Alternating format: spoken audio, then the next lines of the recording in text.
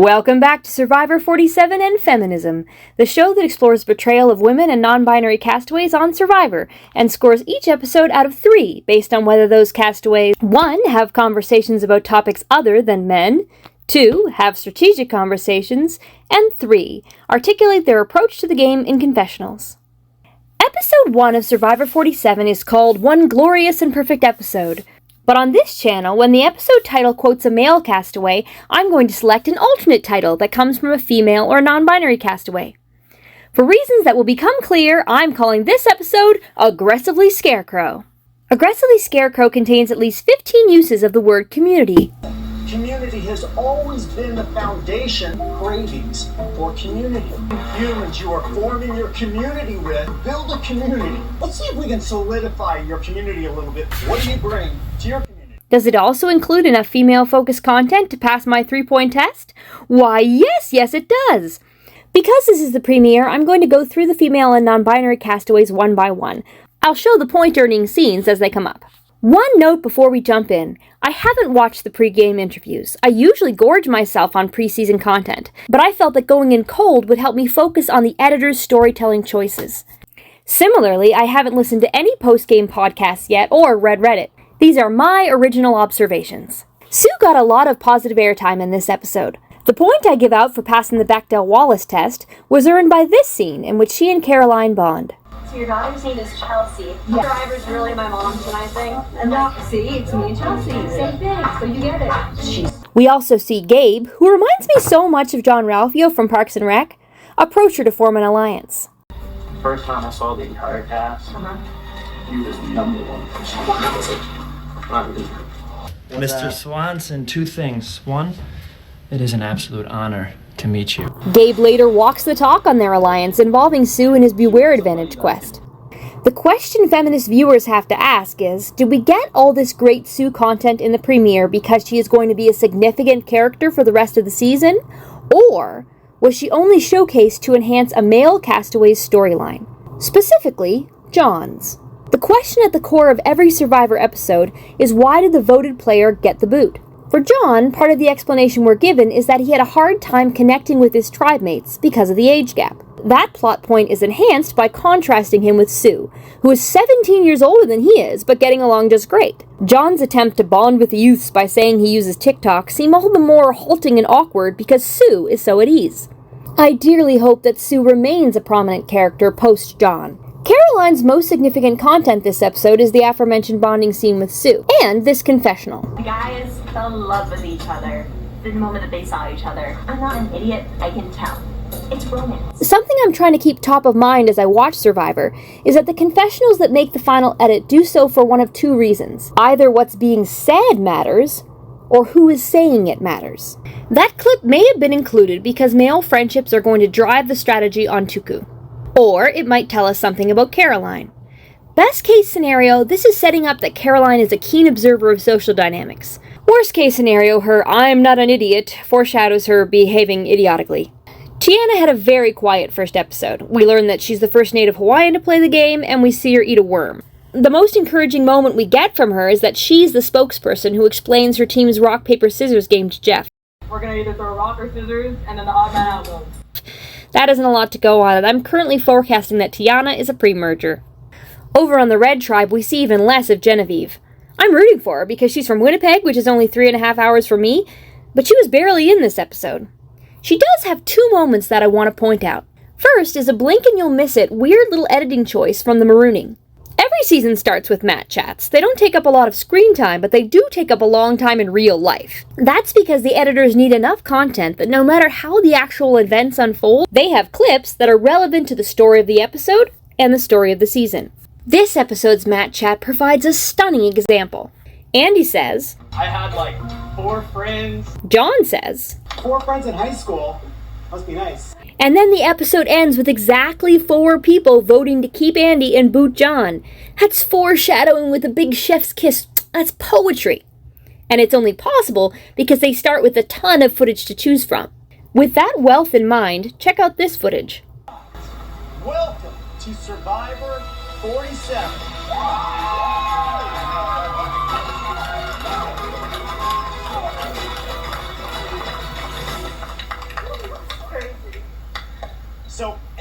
season. Why was that shot included? I will grant that it might just be because Genevieve looks super pretty, deep breathing. But when I saw the contrast between the crowd going wild and Genevieve calming herself, I thought of the Kipling line, "If you can keep your head while all about you are losing theirs." I predict that this shot is setting up a season-long story of Genevieve keeping her cool. The second important Genevieve moment is the conversation that earns the episode its second point, for a strategic conversation between a woman and a non-binary person. I'm also trying to solidify something with Teeny. I would love to have her as my ally. I really want to work with you. Listen, maybe also really lucky. Me too. It's really wrong. Me too. Like 4 and 6. Are you down with that? I feel like me, you, and Keyshawn are like locked 3, but I want to give Aisha a chance to earn the 4 spot. That leads us to the castaway I am most excited to discuss, Teeny. Note, although I tried to learn nothing about the castaways before watching this premiere, I chanced to see the Survivor Wiki describe Teeny as non-binary. In this episode, the other castaways use she/her pronouns when discussing Teeny. Unless I hear otherwise, I'm going to trust the show that those are Teeny's preferred pronouns, and that's what I'll use here. Teeny's Mat Chat is about pants. My name is Teeny. I know it looks like I'm from the Wild Wild West right now, but I'm actually a proud New Jerseyan. I feel like this is like aggressively Scarecrow, and that's not really New Jersey's vibe, but you know, I like to change it up with like my style.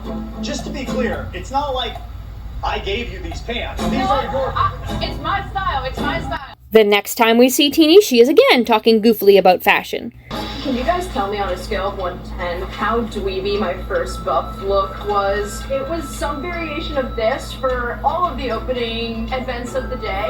Where are you gonna place it? Give it to me straight. You want it straight? Yeah. Like a 4.5? These two clips suggest to the audience that Teeny is not a serious contender to become the sole survivor. As soon as I felt ready to dismiss her, though, I remembered feeling exactly the same way about Carolyn in the season 44 premiere, and then Emily in the season 45 premiere. In both cases, the editors gave an unflattering early edit to a woman who became both a viable title contender and a beloved fan favorite. I think that's Teeny's trajectory. In fact, the initial implication that Teeny is not the sharpest machete on the island implodes halfway through the episode. We learn that she alone is a sufficient superfan to recognize Asia as a Survivor podcaster, and she tells her, very astutely, To tell anybody else would be to blow up my spot as somebody who knows who a niche commentator of this stuff is. Right. And it's Teeny who gives us the best confessional on her plan for the game that completes the beach still test trifecta. She tells us, Playing Survivor is about the social relationships you make. In school, the one thing that I really excelled at was being able to make friends and talk to people. And so I'm gonna play this game by being every single person's number one. At first, that sounds like the exact mistake that doomed Swati in Survivor 42. Just tell me what's your number 1. Oh, is she? Are you my number 1? You're still gonna choose. You're my number 1. You're kidding. This morning. No, you're my number 1. But for Teeny, it works. Everyone does love Teeny. I think she's got the perfect body. I really do feel like a genuine connection with Teeny. The final thing I want to say about Teeny may seem like a stretch at first, but hear me out. I submit that the editors of Survivor are skilled enough to notice naturally occurring metaphors, and include them in the show just as slickly as screenwriters put metaphors in works of fiction. Teeny describes her pants as aggressively Scarecrow. The Scarecrow in The Wizard of Oz is presented as brainless at the beginning of the story, but at the end turns out to have been brilliant the whole time. Sum of the square roots of any two sides of an isosceles triangle is equal to the square root of the remaining side. Oh, joy! I've got a brain! Out of all the possible Mat Chat footage, the editors chose the pants comment specifically to draw that literary illusion. Survivor's producers plan out the season's timeline of twists long before the castaways hit the beach. This season, they chose to guarantee that one of their players would have a really rough start. Somebody would be separated from their tribe and come back empty-handed. Asia was that unlucky player, but seems to have come through it unscathed. Thanks to Teeny, Asia seems to be in a good position on her tribe. But I wanna give Aisha a chance to earn the 4 spot. Let's remember we have an entire tribe member coming back here. She even got her own strong confessional articulating her approach to the game. I'm just trying to make sure that I'm not blindsided by good vibes. Everyone playing the game of Survivor is here to win $1 million. And so I'm trusting everyone until they give me a reason to lose trust. Even though she gets lost in the woods, Asia is portrayed as a confident player, in an ungendered way. Looking back through her scenes, there's only one that I think would have played out differently if she were a man. By contrast, Sierra's portrayal is hugely gendered. I've always looked at it as like, oh, just the pretty blonde with like a cute little smile. I was a pageant queen. I competed at Miss USA. But my dad always wanted a boy, and I just ended up being my dad's little boy. This is for you, Dad. Let's see if I can do it. I'm gonna try to make fire. Pageant queen, gun fire. There's a lot to unpack there. On the plus side, Sierra verbalizes that she's more than a pretty face. Unfortunately, she attributes that to her father wanting a boy. The scene presents Sierra making a fire as a subversion of gender norms, which seems wildly out of place on a show where women make fire all the time, and Heidi has the fire-making challenge speed record. Sierra's portrayal at Aggressively Scarecrow reminded me of an episode of the Code Switch podcast called Taylor Swift and the Unbearable Whiteness of Girlhood. It explores how slender white women are often perceived as innocent and in need of protection well into adulthood, while black girls are expected to be mature even when they're literal children. Sierra demonstrates how the extended girlhood of slender white women is a curse as well as a blessing. She's a nurse, but that isn't talked about the way Keyshawn being a doctor is talked about. Not at all. Instead, we learn that she is daddy's little girl and a pageant queen.